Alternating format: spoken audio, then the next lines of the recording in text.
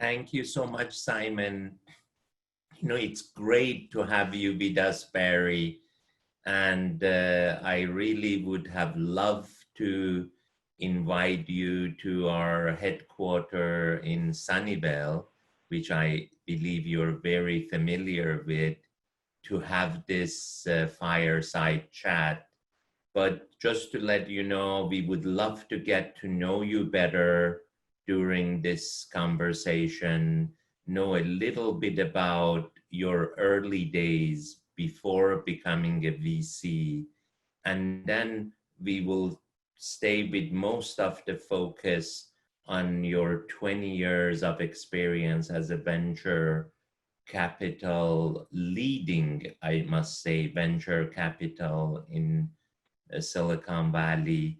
And then maybe the last 5 minutes, the challenge through this time for a VC firm, as well as for your portfolio companies. But great to have you, Barry. And I think you need to unmute yourself.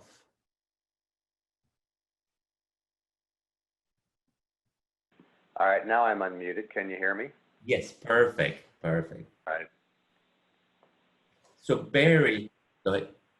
I said it's great to be here. Me and you have known each other since we both started our respective firms. So it's been a long, fun ride. It's great to be back talking to you.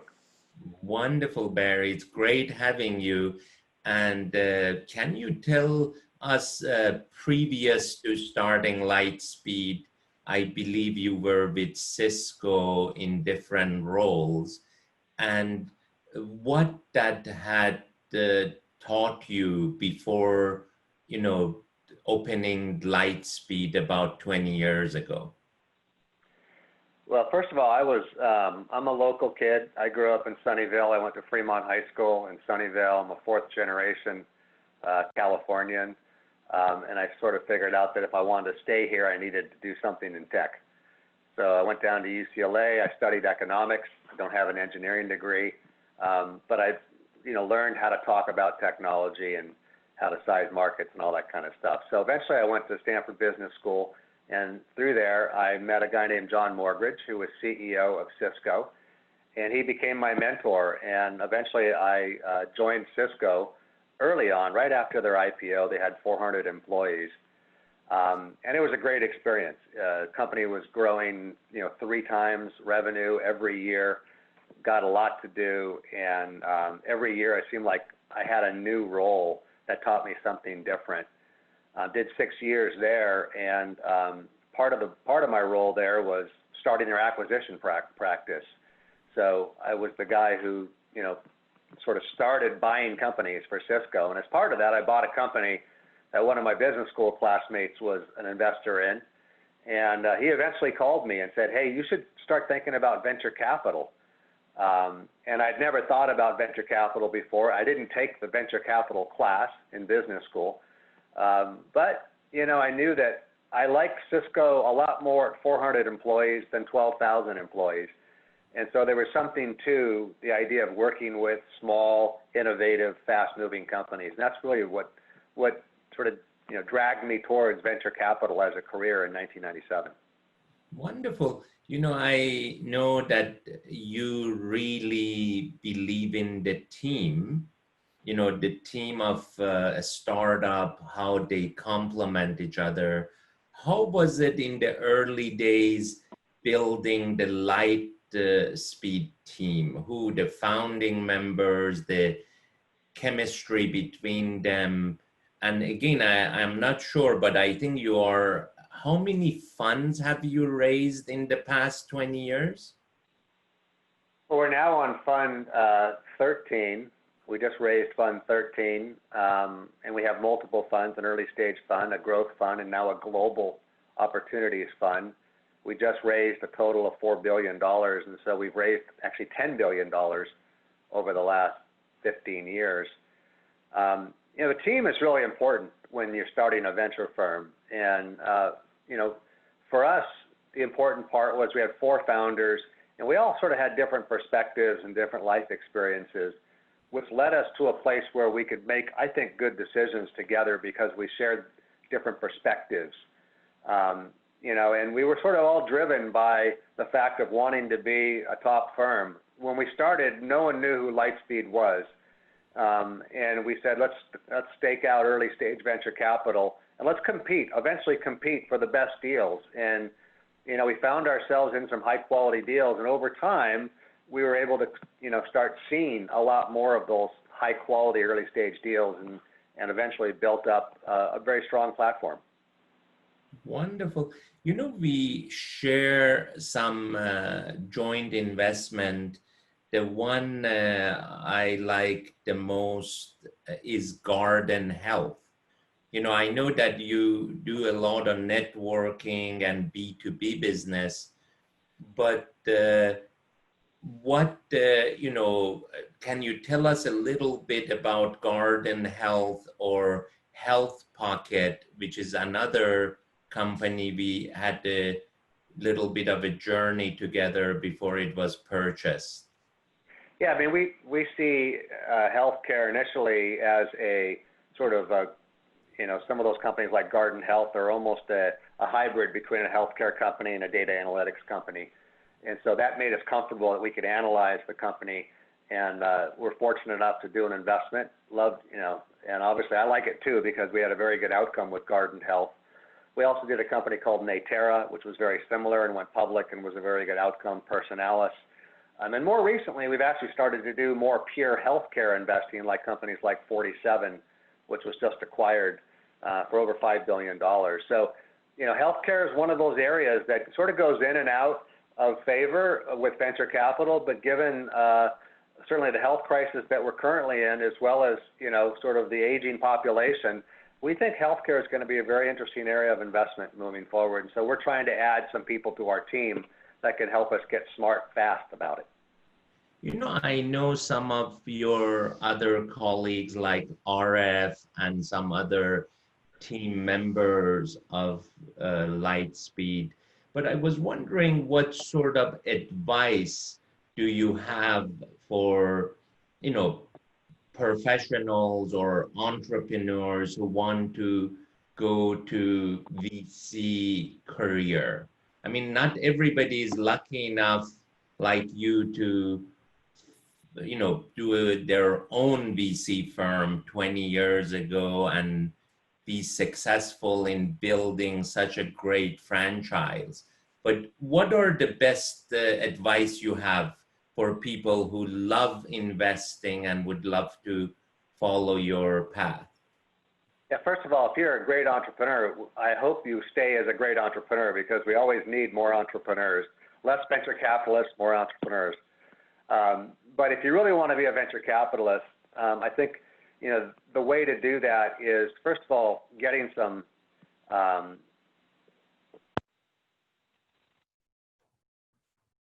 Barry, we might have just lost you. Can you see if you can put the mute? Yeah, can you hear me now? Yeah, I can hear you again. Okay, sorry, I was on two audio sources. So if you really want to be a venture capitalist, the first thing I think you should do is get some experience with early stage companies, right? Because that's what we're investing in. So understanding how they work, what makes them tick, the issues they have to solve for, and all that kind of stuff, I think is really important to be able to do. When you're looking for a venture capital job, I think you want to pick a firm where the platform is strong enough that you can get good solid deal flow. I think you want to be in a firm where you can get mentoring from other people, more senior investors.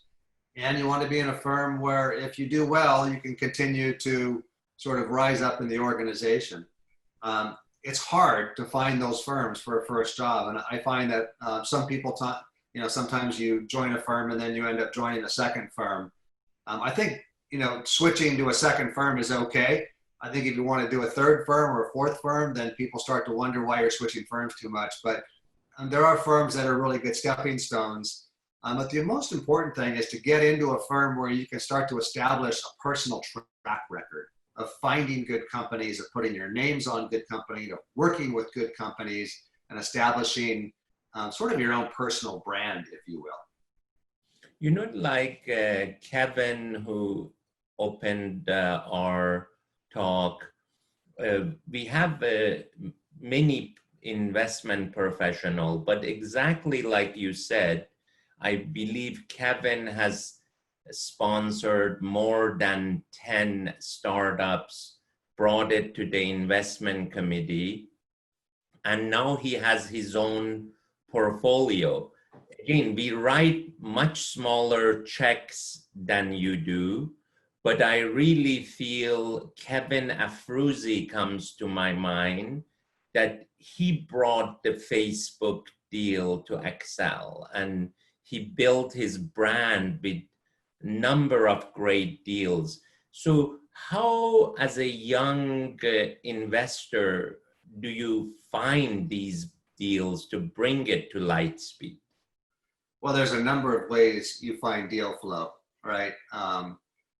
We obviously, for early stage deals, it's a lot of people prospecting. It's meeting people, good people who are in position to start things and hanging around them and trying to be there when they start the companies. Helping them think through opportunities in an early stage. And you can do that as an associate. You don't have to be a partner to do that. Going to universities and seeing the research that's being done in universities and how those technologies might create new opportunities in specific markets.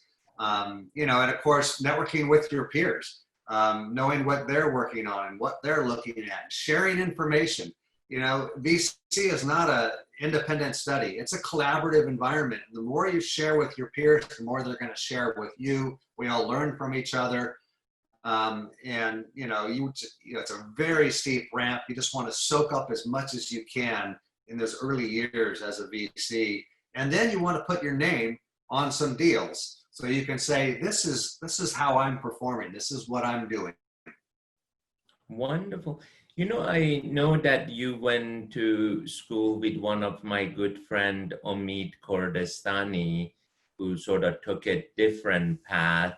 But how important is Stanford MBA? And more than the education, how important is the connections you made during that time at Stanford? And can you tell us an example that, for example, an entrepreneur came to you because of the connections through Stanford? Can you think of what was more important, the education at Stanford or the connections at Stanford? It's a really good question. And I think that the Stanford MBA, back when I went in 1991, was when I graduated, was probably more highly valued in the venture capital industry than it is now. That's not to say it's not important. It's just, I think, less important. But the network that I created at Stanford was critical for me personally. I was connected to John Morgridge, who got me my first job at Cisco. One of my classmates is the one who called me to join and become a venture capitalist. We have, classmates like Greg Schott, who is one of the CEOs we brought into MuleSoft, and he was the guy who built MuleSoft for us, and we sold it for $5+ billion to Salesforce. We have, I think, 3 or 4 other classmates that are CEOs. We have several classmates that are limited partner investors in us. And then we have folks like Omid Kordestani and Lorraine Powell-Jobs, who are also classmates of mine and are doing great things, in the tech industry. And so it's a fantastic network. And I probably would say long-term, the network is more valuable than the education. I absolutely agree with you. And everyone has a different valuation system to invest. But I love to hear your personal preference in, like, how much credit do you give to the technology or the engineering team versus the business team or the business model? How do you, if you had to say, you weigh the difference? And I have heard you really care a lot about EQ versus IQ, or you need them both. Can you tell us like your Yeah. secret sauce in choosing the right investment and teams? Yeah, so when people look at deals, they typically look at 3 or 4 key elements, right? That's the team, the market opportunity, the product, and sort of the go-to-market, right? And the market includes competitive landscape. And so of those 4, I probably put the most emphasis for early stage investing on the team. I want a team that's been there and done that before. I want a team that has really good chemistry together. And when I talk about EQ, what I mean by that is a team that works well together as a team. They understand each other's perspectives, they listen to each other, and they can make good decisions together using their EQ. There's a lot of IQ in the Valley. There's an overabundance of IQ in the Valley. There's a shortage of EQ, though. And when you find someone with a high IQ and a high EQ, man, that's a great combination. If you look at some of our leaders in tech, those are those people that have both high IQ and high EQ. Someone like John Chambers is a good example of that, and several other leaders. So team is really important for me. The team is also important because the company takes twists and turns. Every company goes through ups and downs and twists and turns, and the team is the one who has to navigate that. So a good team, will be able to navigate that. Now, the market opportunity is probably the second most important thing for me, and that is going after a large potential market. It doesn't have to be large today, just has to be able to get large over time. So we do a lot of work really understanding the size of the market opportunity. If you don't have a large market opportunity, you're not going to have a large company. Now, the product is probably the third on the list. And the product is probably the thing that changes the most during a startup's journey. You've heard of pivots and all that kind of stuff. Well, markets are harder to change and teams are harder to change, although we do sometimes, but products are easier to change. Products evolve and they pivot to different, markets, and you've heard the term product market fit. Usually that means the product is changing for the market. And then lastly is the distribution and go to market. And that's always something that evolves once you've got the product and once you start to understand your customers, and it could take a lot of different shapes. But typically you want to bring someone in then once you're thinking about that can really help you make those decisions, someone who's outbound oriented, a CRO or someone like that. We make smaller investments, but let's say in financial services, to providing technology to banking or the insurance industry, when a startup comes to us with the, product, they have to have like at least proof of concept and a product. We show it to 20 banks and insurance companies, and we try to, like as you said, the product can pivot a little to fit exactly what the client needs are. And we sort of, as plug and play, we pride ourselves in that during the 6 months that the startup is with us, we introduce them to 40 potential clients and 10 VCs to do the joint due diligence. Do you show your startup to corporate to see what do they think? And more importantly, I love to know your thoughts about corporate VCs, CVCs, and how do you like working with them, or you don't like to work with them? That was a loaded question, but let me try to tackle your questions in order. And I think you guys, the power of your network and your corporate network obviously is very appealing to entrepreneurs. If I was an entrepreneur, I'd find that, getting 20 or 30 initial introductions would be awesome to help me not only get feedback on my product, but also help me figure out my go-to-market too.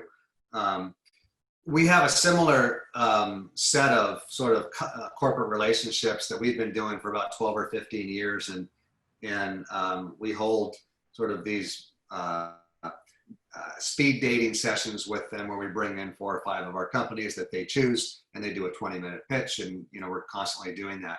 When we're making, and so we use a lot of those corporate customers, and they're usually the IT groups. We use them a lot for due diligence also. So when we're looking at a company and they have a product concept, we'll run it by those corporate customers to really understand how important it is to them, the size of the opportunity, et cetera, sort of doing a little bit of a mini bottoms up TAM, if you will.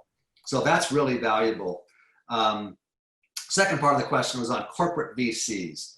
And I guess I'm sort of mixed on corporate VCs. I wouldn't take corporate VC money early if I was a startup, because I think it can sort of ruin your neutrality, so to speak. You want to be able to work with a lot of customers and a lot of partners early on. And sometimes goals and objectives can diverge between yourself and a corporate investor. I think you have to be very careful with that. Having said that, there are some corporate investors that are highly value-add corporate investors. And you've worked with a lot of them, the Ciscos of the world, the Salesforces of the world. Very good partners to work with, and typically there's a business leverage when you work with them. They help you integrate and partner with the core business, and usually it's a go-to-market leverage. So there are some corporate partners I like to work with, but in general I think you have to be careful who you bring under your cap table. I absolutely agree with you. I think if they come with distribution of your product, like we had a startup that Roche invested and helped them to distribute the product to labs. It was like a big jump, but too early, the corporate VCs can also, crumble your path to grow. But let me a little bit change the subject. As an incoming chairman of NVCA, and the challenges other than COVID-19, this inclusive, bringing other, because it's funny, but maybe not politically correct, like 60-70% of the companies I back up, like saying Garden Health, it was Helmi and Amir who started it. So they are great engineers in genome technology. But we always say you should, diversify, have other nationality Americans for marketing, sales, business development. What, as an incoming chairman, do you feel we could work together to include more middle America entrepreneurs, more inclusive to African Americans? I mean, there is enough Iranian, Indian, Chinese as far as the entrepreneurs is concerned. But what is your plan as an incoming chairman? Can you specify if you... Yeah, so I'm going to become chairman of the NVCA. That's the National Venture Capital Association. It's sort of a lobbying group for our industry. I become chairman on Thursday, actually. Congratulations. Thank you, I think. I knew that we were going to have an election year this year, but I didn't realize we were going to be in the midst of all the stuff that's going on around us. And so there's a lot of things that as an industry we need to tackle. The two most important things I think you sort of hit on, and in no particular order. One is jobs. We've got 40 million people out of work. Venture capital and startups are really the core part of the job engine in the United States. And so we got to find ways to advocate for startups to make it easier for company creation and job creation. And there's a number of things we're trying to do policy-wise to do that. PPP was one of those things where we lobbied a lot with to get funds for companies that could use them to stay alive and keep people employed. But that's going to become very important, not just on the coast, but as you touched on, in the middle of the country is really where the jobs lost were hit the hardest. And we've got to find a way to make venture capital a national phenomenon, not just in California and New York and up the coast. We've got to make it national. And I think it will become that way as people perhaps disperse from high density areas to lower density areas in the United States. The second thing you touched on is diversity and inclusion in our industry. And as NVCA, we actually started a program, a foundation about 3 years ago called Venture Forward. And we've raised about $5.5 million. And the whole idea of one of the initiatives is diversity, equity, and inclusion. And some of the initial efforts were around bringing more females into, female founders and females into venture capital. But more importantly, we've got a number of underrepresented groups in venture capital, and we have to do a better job for not only backing more founders, but I think it's more important to get more people of color into venture capital as venture capitalists. It's way more leverage, right, in terms of the number of companies then that can be started. And so I'm going to push really hard for programs that can train people of color and from other underrepresented groups, including military personnel and LGBTQ. Train those folks to become venture capitalists. And I don't care if they end up at Lightspeed. I just want them in the industry. If we have a more inclusive industry, it's a better industry. So that's the stuff I'm going to be working on over the next year. Wonderful. And now turning a little bit into the challenges that COVID-19 has caused the startup world and the entrepreneur, because I can say in the last 30 days, at least our portfolio companies had some incredible new funding, 50 million, 100 million from TPG, etc. But is there, do you tell your portfolio companies to reduce cost?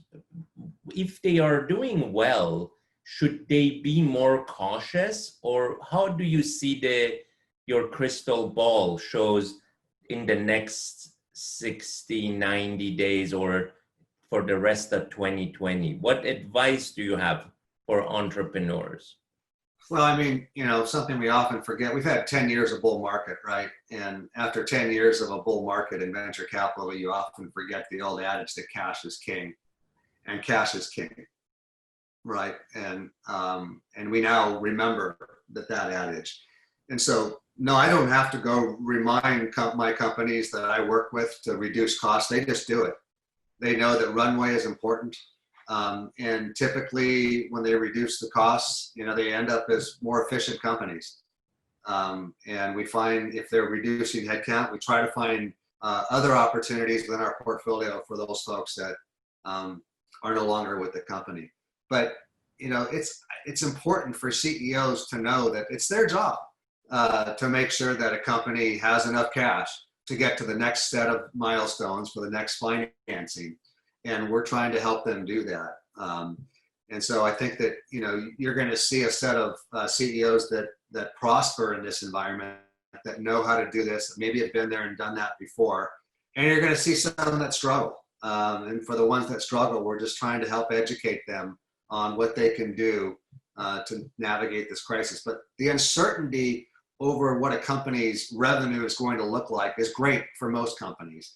And anytime you have that kind of uncertainty, you really have to pull back the reins a little bit and be a little more careful with your spending rates. Yeah, I love your saying that is the CEO's job. I always tell my entrepreneurs, you have to do the 99% of the work.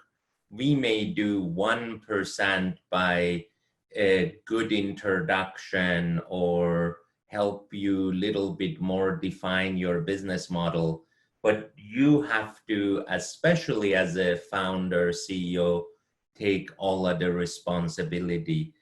And specifically, the uncertainty that it is now, do you think this digital transformation that, let's say for e-commerce, I would say we went 3 years of developing e-commerce in 3 months. Personally, my 500 people at Plug and Play, we first delayed a couple of events for 2 weeks. Then we went 100% virtual and online. Do you see that this is going to provide new opportunities? This working remotely. I was so against people working remotely, but now I had to do it and we learned how to do it. What opportunities do you think this will bring to the entrepreneurs, the world? And I love the traffic on 280 and 101 these days. Yeah, we used to say, you know, to reduce the traffic on 280, we either need a recession or a good earthquake. We didn't realize the pandemic would do it.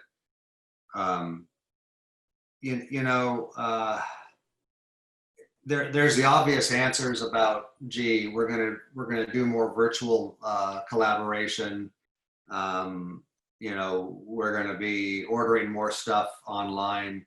You know, we saw in the last 3 months that the penetration rate of e-commerce for total retail jumped 10%. That's the same amount it had jumped in the last 10 years. So just in 3 months, we've done that. And so that's accelerating a lot of businesses, but not every business in e-commerce is doing well, right? Some are essential items that are doing really well. And let me just give you an example. I bet you there's a lot more shirts being bought than pants, right? Because we're all sitting here in sweats. At least I am. But you have to wear a nice shirt when you're on Zoom. So there's all sorts of that. You know, I like to look beyond the obvious though, and let's, what have we learned from this crisis? We've learned that, I jotted some stuff down on this. We've learned that our food ecosystem is really fragile. And, there were points where we couldn't feed, our country, and people couldn't get food through the current supply chain. And so, for me, sustainability is a really important theme that I think it's going to persist throughout the 2020s. And what does it mean? It's not the same as clean tech was. It's more like green tech. And how do we change the food ecosystem to make it more efficient and less wasteful? How do we make sure that packaging can be reused instead of throwing plastic into landfills? How can we have more secondary markets and things like where eBay started? Now we have Vinted, we have the Real. Why aren't we selling everything on the secondary market, right? So things can be reused. We throw a lot of stuff in landfills. So, why aren't we trying to figure out ways to recycle, reuse, and reimagine computers, building materials, cell phones, mattresses, and garbage, right? And I think we'll even use technology to sort of save animals from extinction and help people reinvent themselves. With 40 million people out of work, a lot of people need to reinvent themselves. And of course, we'll see the standard research, I think, in solar, wind, and hydroelectric energy. I think the cost of solar is really going to be driven down fast, and it's part of the solution here. It's ready for prime time. Wonderful. I'm so glad you mentioned that, like we launched the sustainability initiative about 6 months ago, and then we joined Alliance to End Plastic Waste, which is the top 50 corporations in the world, including Shell, ExxonMobil, Procter and Gamble, Pepsi. And we are trying to apply what we know in software and in Silicon Valley to sustainability.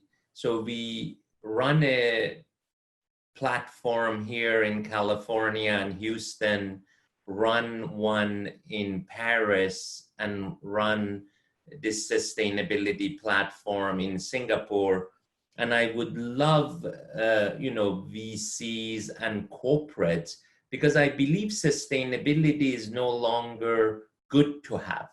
I think we must have it if we're going to have a good brand, good corporation. And we would love to invite everybody to join us in that journey.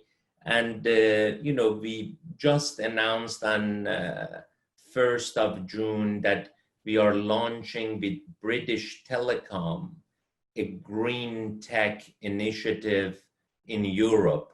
So is Lightspeed participating in this sustainability investment? And do you talk to your portfolio companies that they need to have this as part of their vision and mandate? And the answer is no, we don't have a large portfolio yet, but we've identified this as a growth opportunity. Very large markets available. One example is that we have a company called Rothy's, which makes women's shoes, but they actually do it by recycling plastic bottles, water bottles, and turning them into the shoes. And they have a, sort of patented process for doing that.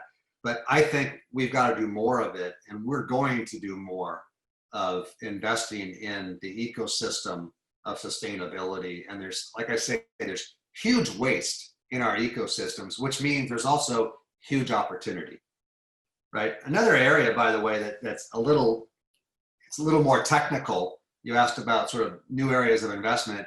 I like to talk about the machine age. And we used to think of machines as robots. I'm talking about machines more as computers. And so machines, we're going to have self-driving cars. So machines are going to drive us around. They're going to deliver our packages. We've got a company that is automated air flight, so they're going to fly our freight, maybe even eventually us. They're going to harvest our vegetables.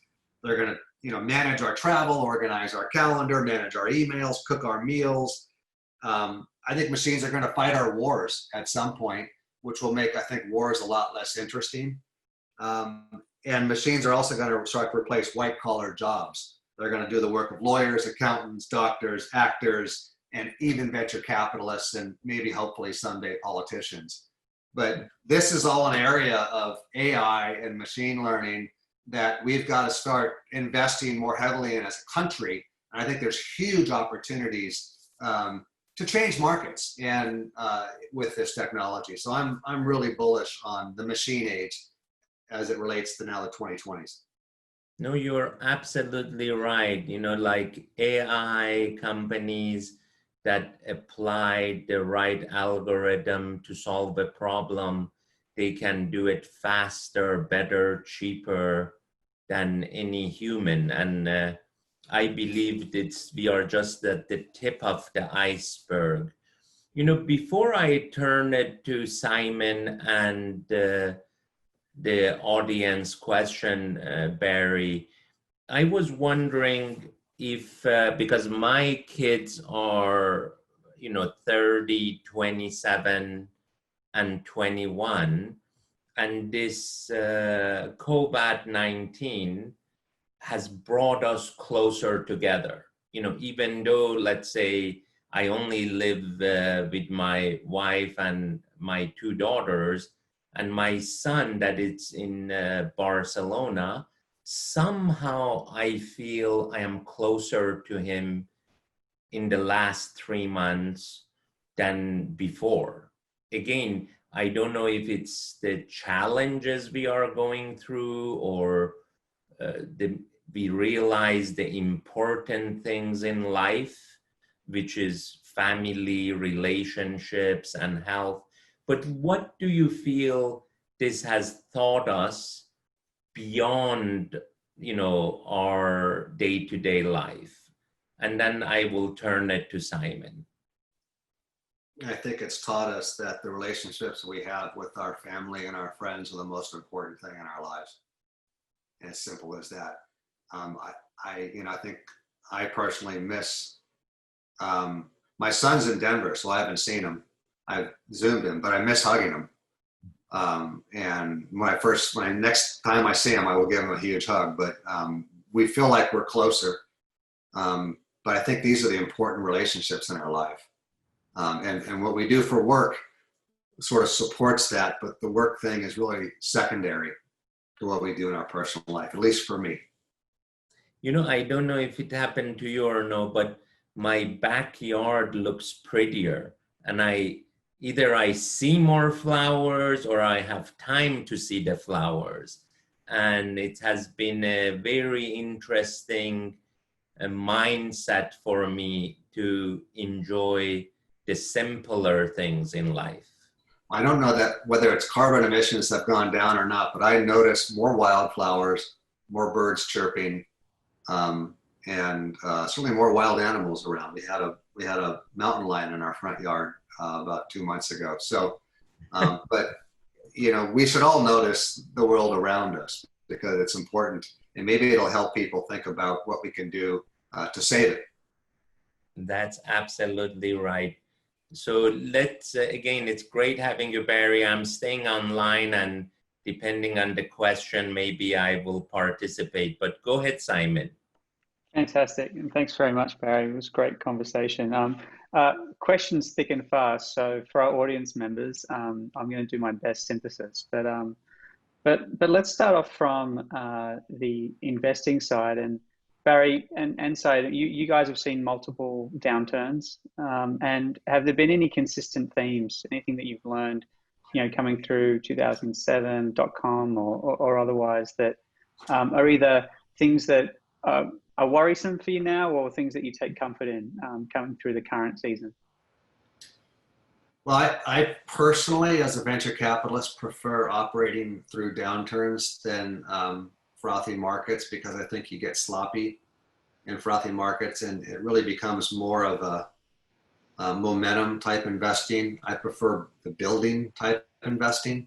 But for entrepreneurs in this environment, you know, you've heard it say the best companies are built in downturns. It's absolutely true, because they're forced to do more with less. That's one thing we can remind ourselves, even in frothy markets, is make sure we're doing more with less always. So we're prepared for downturns, but do more with less. Cash is king. And as an investor, certainly during this downturn, I like investing in downturns, not because the prices are a little bit better, which they are, but we feel like we're investing in companies that are going to be built with better discipline from the beginning. Yeah, sure. Saeed? If I could chime in, you know, I think sometimes when there is so much money available and so readily available, you just grow faster than you should. But this, as Barry said, gives you a much more discipline. I think you have more choices to choose the right team and team members. You know, like not everybody is going to go work for Google or Facebook these days.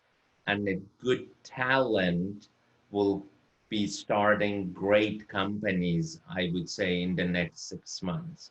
But they should call me first before Barry.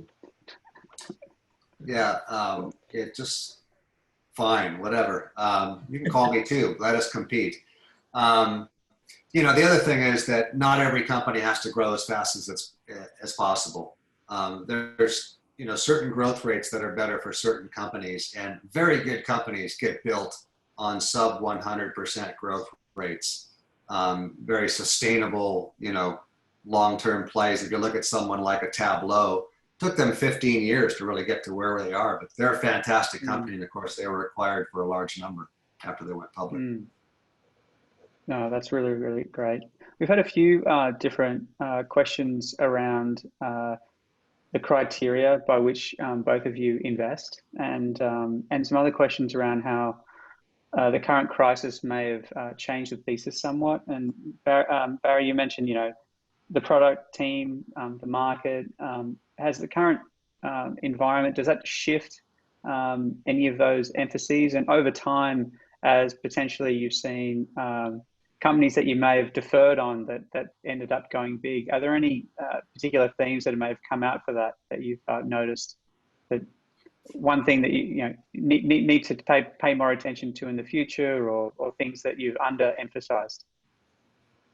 Well, I think we all, underemphasized collaboration and didn't obviously know that this was going to happen. And there's certain parts of e-commerce that have really done well in the environment, in this environment, and certain that haven't. But for me, it comes back to people.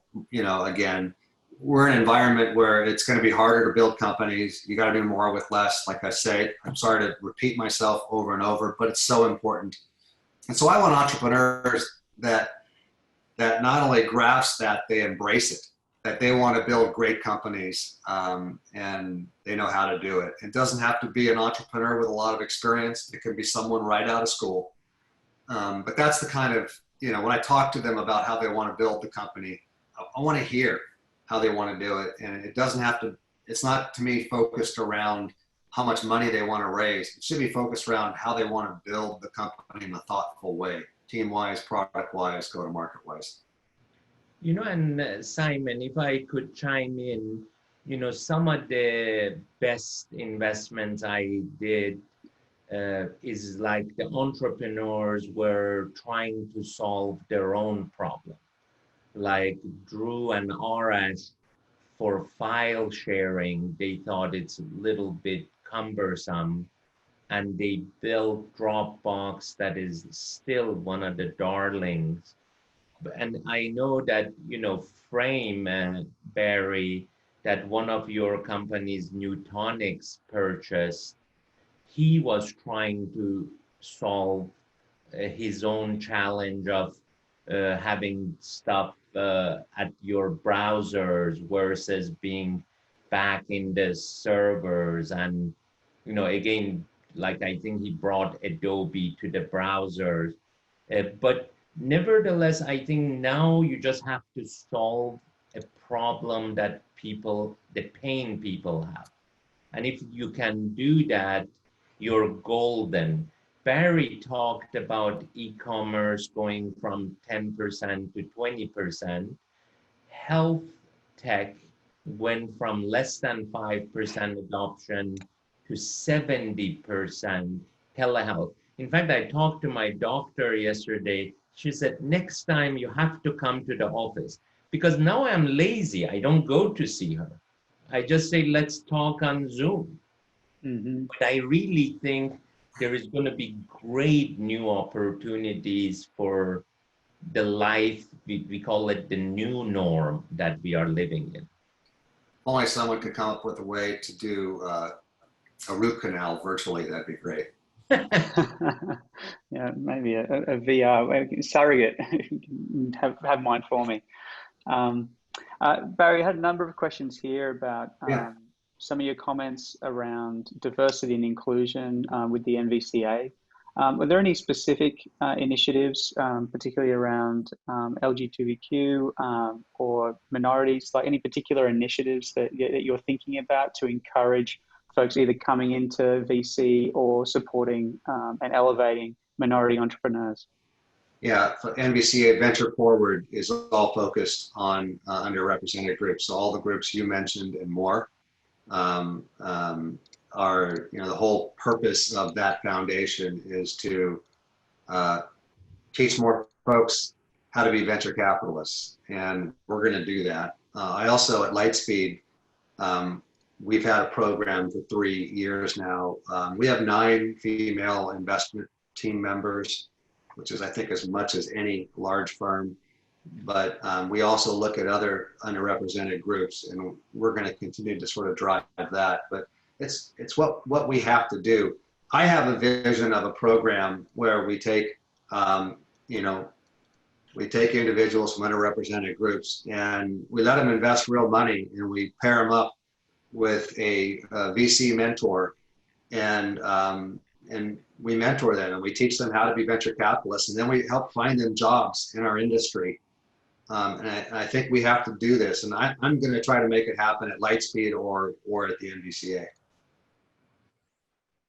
That's terrific. So if anyone in the audience has an interest in taking part in that, please follow up. Fantastic, and we'll certainly have contact information for everyone after the event as well. Finally, probably we had a number of other questions just around metrics, and in terms of valuing investments. Has the current climate changed, in particular, things that you're emphasizing in terms of measuring either the investment or the progress that startups are making? And maybe in general, are there particular things that you pay attention to as a startup is growing?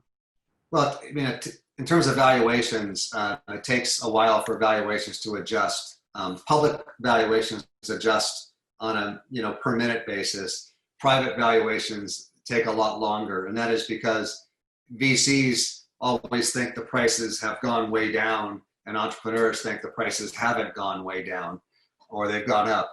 And so the median of the market, right? And so you'll see some adjustment of prices. I'm completing a round right now. That's gonna be a flat round for a company, but they're raising a nice amount of capital, and it's a win for them because it's a decent valuation. And there's other companies that are doing down rounds, and there's other companies that are doing up rounds because they're now hot spaces. But valuation, I think the metrics we have to apply, for growth companies, you can look at some of the public valuations, but for early stage companies, it's really hard to value. And so I think it becomes more of, hey, how much capital do you need to get to the next set of milestones? Here's how much ownership I want to get out of this. So let's try to make the formula work. Fantastic. Well, Saeed, we've got time for one last question. So if you have one last one, I'll give you the honors.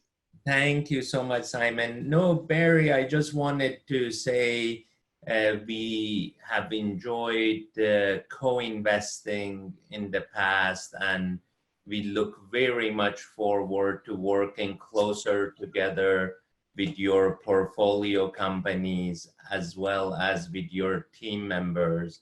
And again, I feel exactly like you do. I think right now is one of the best time to invest in great entrepreneurs and solve the world's biggest problem. And we love to go on this journey together, Barry. And your closing remarks. Well, hey, I appreciate the opportunity to get in front of the group. Thank you for having me. I've watched you build Plug and Play into an organization that promotes entrepreneurship in 30 different countries now, which I think is fantastic. I'm all about trying to make entrepreneurship a global phenomenon. I think it's something that can solve a lot of the issues that we face today. And we got to create a more inclusive, not only startup environment, but a more inclusive VC industry. And while I'm chairman of the NVC, I'm going to do everything I can to make that work. And certainly at Lightspeed as a founder, I'm going to do everything I can to make that work. But the 2020s are going to be really interesting for us. And we have the opportunity in front of us to really change the shape of the world at our fingertips with the technology that we are building. So I would encourage you out there, if you're a young entrepreneur, think big. Let's change the world. Yeah, Barry, I have to take the cue and tell you that we help about 2,000 startups around the world, about 1,000 in the US and 1,000 abroad. But we only invest in around 200 of them. And quite frankly, if you're an entrepreneur or would like to be a VC, we could help you to train you. And, again, connections like Lightspeed, Sequoia, Red Points, we feel we all welcome both entrepreneurs, diversity, and finally, passion of hardworking people. So it was great talking to you, Barry. I would just say, hey, if you're an entrepreneur out there looking for a place to get started, Plug and Play is a great place. I don't just say that. I've worked with you for now 20 years. we've shared a lot of deals together, and we always look to you guys for deal flow. So it's a great platform. Congrats on it. Thank you so much. Collaboration in the future. Thank you.